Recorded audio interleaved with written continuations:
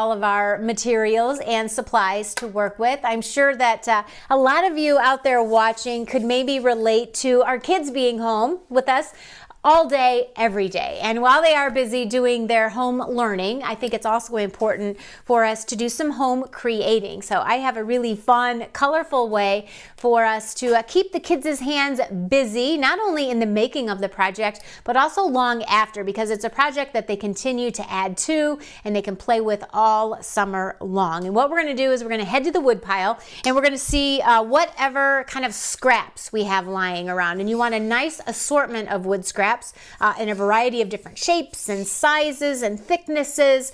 They don't all have to be straight cuts. If you have a friend that is, or a family member that works in the construction business, maybe have them save a few pieces back for you. Or you just have some regular wood pieces from some things. Yeah, or we already have maybe some wood from other projects you guys are doing there at home. But gather up a really nice assortment of wood scraps. And then before you start adding your design and your color and all of that, you're going to want to sand all of your pieces nicely, because you want them to be nice and smooth so that nobody's getting any splinters while they are playing with them. So once you have them all, nobody wants splinters when they're playing with their toys. So once you have them all sanded down, then you're ready to add your design and your detail and all of that. Your paints, that's a great way to add color. Just get out some acrylic paints. You could also use markers and just draw different designs on there. You can also use some different papers and glue, kind of collage on the pieces. You could get out your wood burner. You can hammer and nail into some of your pieces.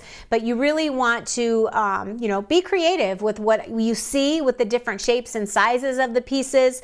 You'll see on these that are the triangular shaped pieces, we saw mountains, hills, and roads and hills, because so we painted the outside of them to kind of have a grassy, hilly look, and then across the top we did some roadways so the kids can then kind of drive over them with their cars, get them set up throughout their area. Some of your blocks, it's of course very easy to turn them into little storefronts, villages, little cityscapes. We also saved up some of our trim pieces because these work great as rooftops for maybe some carports or some garages, and then the kids can configure them. They can add their figurines if they have their cars. You can create all kinds of interesting scenes and settings, do some sculptures with them.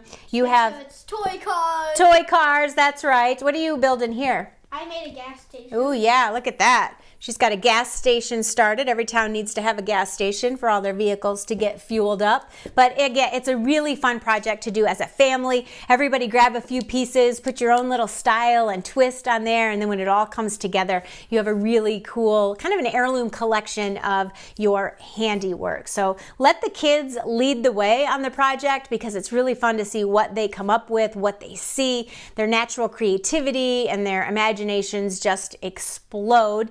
And you're turning that you're turning that wood pile into some long-lasting smiles and having a really unique opportunity to remake life together. So there you go, Lou. When you look at that wood pile later today, you've got some interesting ways to set up. You could do your own little racetrack. That you could do we could do a mat that goes with this, and then you can create your town. And Lou's a race car driver, so he's all over setting up some sort of a racetrack out of his wood scraps. We're gonna throw it back to you.